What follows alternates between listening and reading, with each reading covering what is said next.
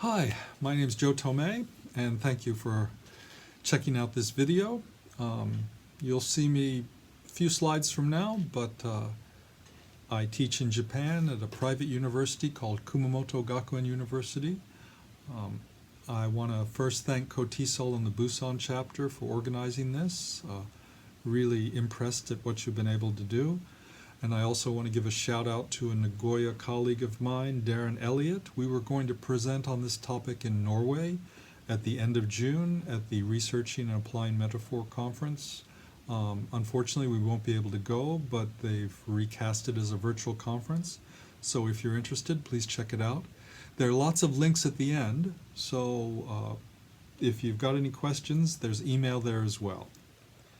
So anyway, just to get started, this is my PhD thesis that I finished in 2018, and I did it under Jeanette Littlemore, who's a metaphor researcher. She does a wide spectrum of research. I'm assuming that most of the people watching this are teacher practitioners, so I want to recommend this book in particular from what she's done about applying cognitive linguistics to second language learning and teaching. So, hello. Here is the timings for the different sections, and I will put a yellow slide in so you can skip through it more quickly. So first, let's start with a quick self-introduction. I'm American. My dad is Japanese American and my mom was English. Taught in France and Spain after my undergraduate, and then went to Japan on the first year of the JET program. Was there for 5 years. And went to graduate school in linguistics, then came back to Japan, taught at Hokkaido University for 2 years, and then my current university for the past 21. Last year I did a year in Daejeon University.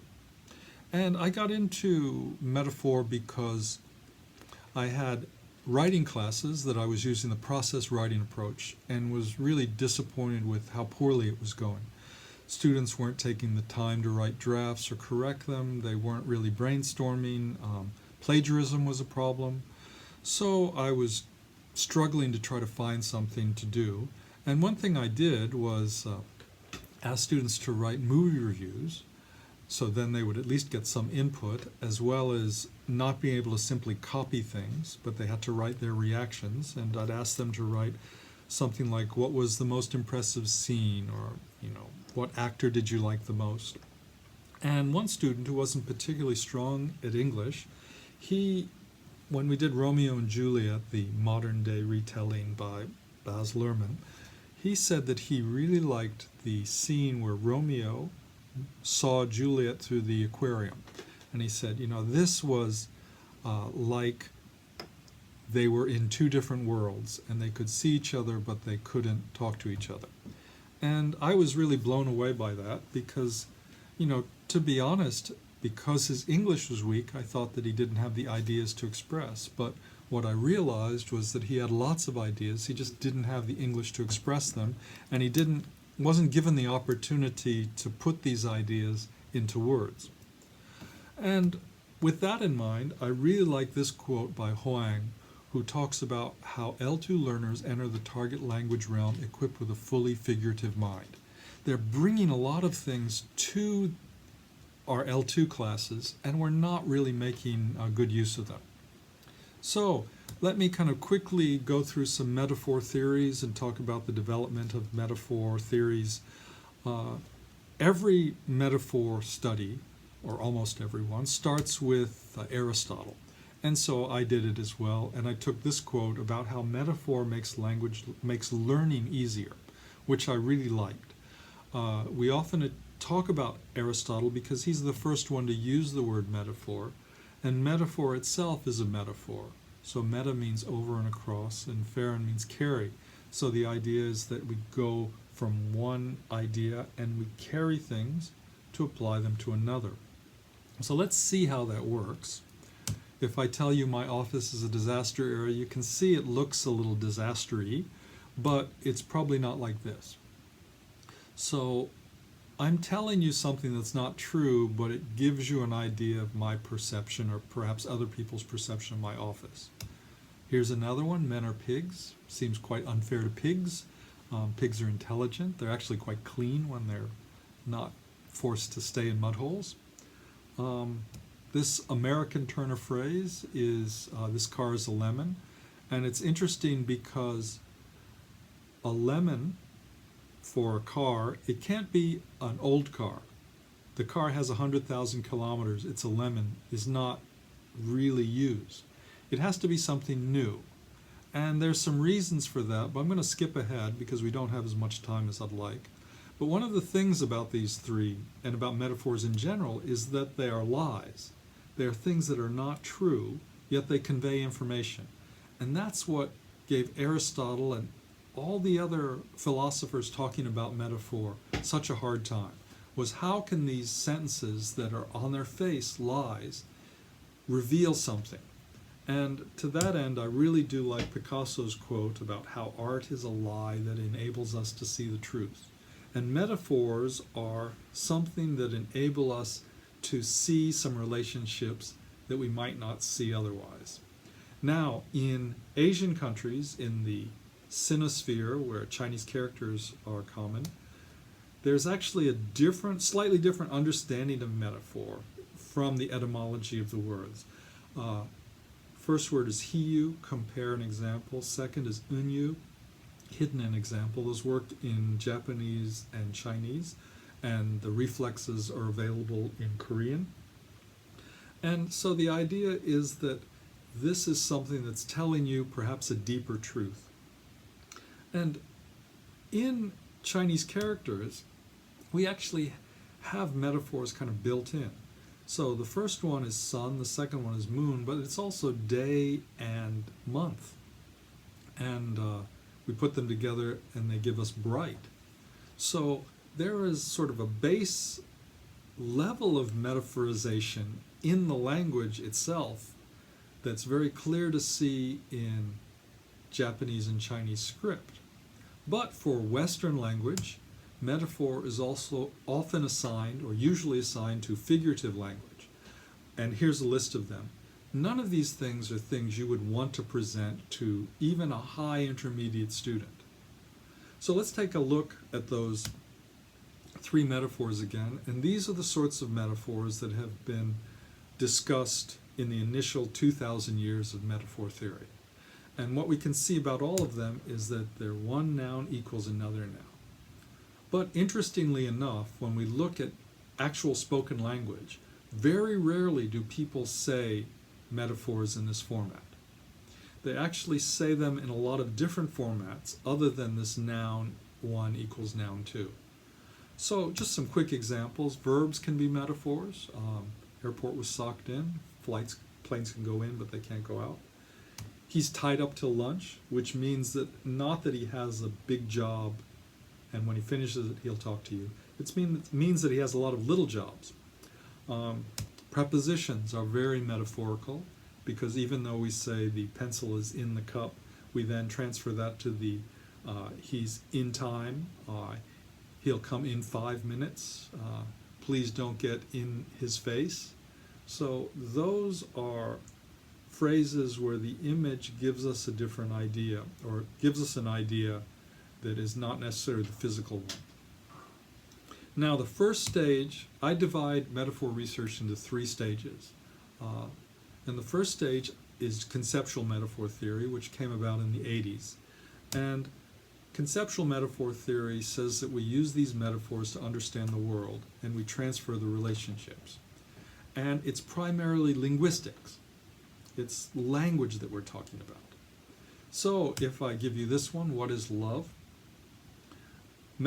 Conceptual metaphor theory says the thing that I choose, so love is chess, means that I take the relationships that I know exist in chess and I transfer them to love. So I think that love is a game, it requires 2 people, it has lots of back and forth moves, it's a long game. I might even think that there's a winner and a loser.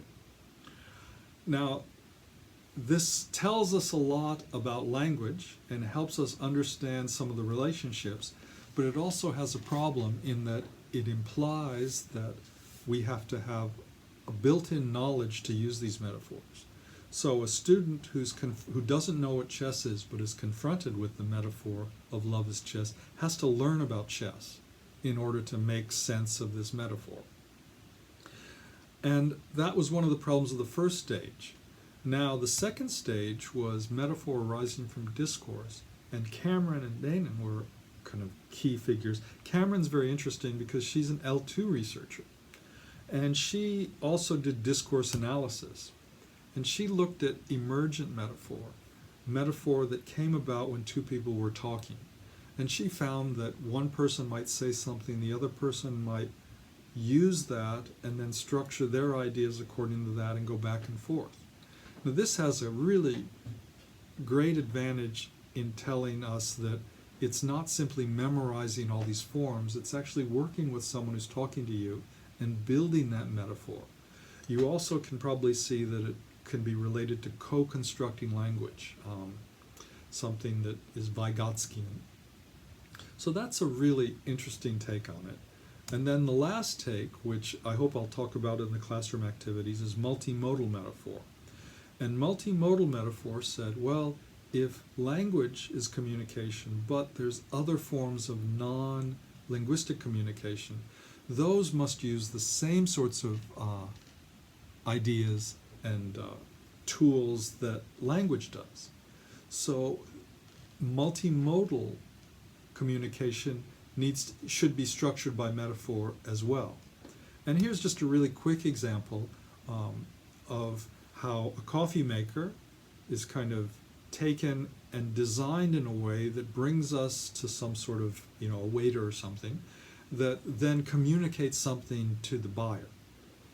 So there's a really interesting range of research in multimodal metaphor, but the fact is that we can communicate things without actually having to write them down. So let's take a look at some classroom activities. A typical classroom activity that you would probably find on the internet if you look up metaphor language activities is something like this, where students are given a poem and then asked to explain the metaphors. Now you'll find a lot of this for L1 students, because the L1 students are learning the language and they're learning how to express it. But for the L2 student, this is not optimal, because it tells them that the metaphors are something they have to study. So they have to study that the sun is an orange dinghy or the sun is a yellow beach ball, and they have to memorize that. Whereas if we use metaphor in a more creative way, we're allowing the students to produce their ideas. So one kind of fun warm-up is, and if you go to Pinterest or anywhere on the internet and look up brain teasers or visual puns, you can find these. These help the students kind of get outside the box and think about things a little differently. So sandbox or man overboard or I understand, reading between the lines, all of those are kind of ways to get students to stop thinking about memorization and look more at the relationships. Also, you can ask students to produce these and see what you come up with. So this is just a little kind of starting exercise. Now, to get to something a little more meatier, in the writing class, I often ask the students to quickly write paragraphs with one of these topics as the topic sentence, and then to explain why they think this. So a teacher is like blank because, or a student is like blank because. This is where the title of the talk came from. I am a plastic model. And the student wanted to say that he was a plastic model because the teacher assembled the parts to create something, novel and new. And it tells us a lot about what the student thinks the teacher should be doing. So if the student says, oh, the teacher's like a sat-navvy because he tells me where to go and what to do, or the teacher's like a dictionary, or the teacher's like a guide. So we can get into what the student thinks learning should be and maybe use that or even challenge them. These exercises are really great because the linguistic load is very low, and you can often get a lot of reflective practice out of it. You can also start out by giving students a bunch of images, and this is a Google slideshow that's also in the Google Drive, And so, okay, what's your image of a student? Then ask them to write. So this is a really good kind of initial paragraph warm-up phase. Second one is a metaphor board game that I have. And I have these metaphors completed and then ones with blanks in them. And this is really interesting because students go around the board, and I won't explain how to play the game. It'll be explained if you're interested in the materials. But they go around and then they have to answer these different ideas and see who gets there first. So one student says, oh, my family's like a kingdom. So then they talk about their father being the king, their mother being the queen. They're kind of, they have a area that they control that's for them. Another student, kind of given an open-ended one, said onigiri is like a treasure box. Onigiri is a rice ball. You don't know what's inside it until you bite into it or you open it. So really creative use of the language. And there's nothing that says, oh, that's wrong or that's right. No, an onigiri is not like a treasure box. You can't say that. So one of the things that it's really good is that it avoids making the language subject to correctness conditions.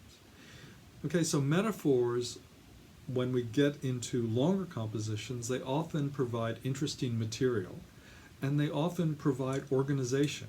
So instead of a student writing a point-by-point kind of outline of what they're going to write, they can use the metaphor to structure what they're writing. So let's start with kind of the self-introduction.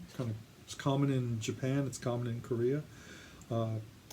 Oftentimes writing classes open up with, okay, please write your self-introduction, and then you get this very repetitive, my name is, I am 19 years old, I'm from, and you want them to do something more interesting. So one thing you can do is ask them to do, please write your life as a journey. And I present students with an essay of mine that talks about the journey of my life and how it took different turns and how I was surprised at the people who I traveled with. And then set them loose on this and see what happens. And I got really interesting output, much more interesting and much more enjoyable to read than the usual Jiko Shokai, self-introduction. Now, sprinkling these essays throughout the term gets really interesting because students get their ability to use the metaphor and are able to construct better essays without you specifically telling them how to organize them. So, talk about your college career as a sports match. And then the students are free to choose whatever sport they like. So one student chooses, oh, my college career is like a basketball game. It's the halftime because I'm a second-year student. And I like basketball, and it's like my college career because lots of people help me, and we all have to work together. Another student said, oh, my college career is like a marathon race. I'm halfway finished, but I'm really tired, but I have to really push on to make the goal. So all of a sudden, you're drawing on more resources, and you're getting more of an internal view of the students rather than, please write what I tell you to write. Your family as a... So any of those sentences could be expanded into a longer essay. Then another thing that was in my dissertation, was the main part of it, was using music videos and asking students to discuss the metaphor. Unfortunately, I can't play them because YouTube will hit me with a copyright notice. But one of the videos that I used was Natalie Imbruglia's Torn, which I'm sad to say is older than the students I teach, but is a really interesting video. If you don't know it, take a look at it. But there is a metaphor in the visual part of the movie that is not in the lyrics. So when I asked students to write about it, I got really detailed, interesting essays about what they thought the different things in the video represented. Now, metaphor is something that I think is a tool. And if I say tool, then I'm bringing up Vygotsky, and he talks about mediation. And maybe some people might say, oh yeah, metaphors are scaffolding, which is, Vygotskian theory that people most often associate and those sorts of things. But I found a really interesting relationship between metaphors and the forbidden colors test. So the forbidden colors test, Vygotsky asked people to read a passage, but whenever they read a certain color, they were told they couldn't say it. So for instance, they were told they couldn't say the color red, and they would have to replace it with either maroon or vermilion or something like that. And the people who did it without any sort of help were not able to do it. But then he gave them colored cards so they could know which color they had to avoid. And their accuracy improved dramatically. And as they used these cards, they were able to do this task, to the point where they could throw the card away and then do the task. And Vygotsky argued that the card was a tool that helped the person move up to a higher level. And that's typical Vygotskyan theory.